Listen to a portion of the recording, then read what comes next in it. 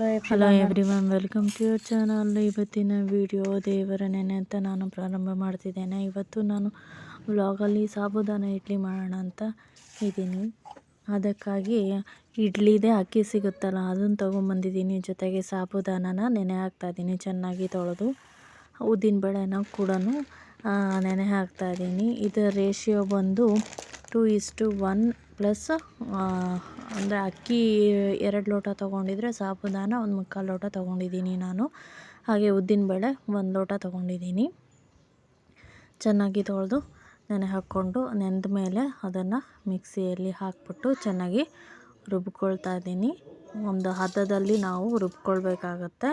ಯಾಕೆಂದರೆ ರವೆ ಮಿಕ್ಸ್ ಮಾಡಿದರೆ ನಮಗೆ ಗೊತ್ತಾಗುತ್ತೆ. ಬಟ್ ಅಕ್ಕಿ ಮತ್ತು ಉದ್ದಿನಬೇಳೆ ಇರೋದ್ರಿಂದ ನಾವು ಹದನ ನೋಡ್ಕೊಂಬಿಟ್ಟು ನೀರು ಹಾಕ್ಕೊಳ್ಬೇಕಾಗತ್ತೆ.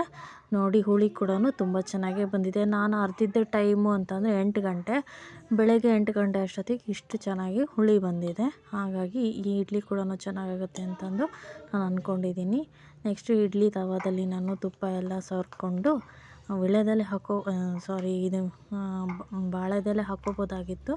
ಬಟ್ ನಂದು ತವಾದಲ್ಲಿ ನಾನು ತುಪ್ಪ ಹಾಕ್ಕೊಂಡು ಇಡ್ಲಿ ಮಾಡ್ತಾಯಿದ್ದೀನಿ. ತುಂಬ ಚೆನ್ನಾಗಿ ತುಪ್ಪದ ಫ್ಲೇವರ್ ಇರೋದ್ರಿಂದ ತುಂಬ ಚೆನ್ನಾಗಿ ತಿನ್ನಲಿಕ್ಕೆ ಟೇಸ್ಟಿಯಾಗಿರುತ್ತೆ ಅಂತೇಳ್ಬಿಟ್ಟು ನಾನು ತುಪ್ಪನ ಸವರ್ಕೊಂಡು ಮೇಲ್ಗಡೆ ಸ್ವಲ್ಪ ತುಪ್ಪನ ಉದುರಿಸ್ಕೊಳ್ತೀನಿ. ಇದು ನೋಡಿ, ಇಡ್ಲಿ ಎಷ್ಟು ಚೆನ್ನಾಗಿ ಹೂ ಥರ ಬಂದಿದೆ. ತುಂಬ ಸ್ಮೂತಾಗಿ ಬಂದಿದೆ. ನನಗಂತೂ ತುಂಬಾ ಖುಷಿ ಆಯಿತು. ಟೇಸ್ಟ್ ಕೂಡ ತುಪ್ಪ ಹಾಕಿದ್ದಕ್ಕೆ ತುಂಬ ಚೆನ್ನಾಗಿತ್ತು. ಇದಕ್ಕೆ ಚಟ್ನಿ ಪುಡಿ ಹಾಕಿ ಎಲ್ಲ ಪುಡಿ ಇಡ್ಲಿ ಅಂತಾರೆ, ಆ ಥರನೂ ಮಾಡ್ತಾರೆ. ನಾನು ಮಾಡಿರಲಿಲ್ಲ ಆ ಥರ, ಜಸ್ಟ್ ಚಟ್ನಿಯಲ್ಲೇ ಮಾಡ್ತೀನಿ.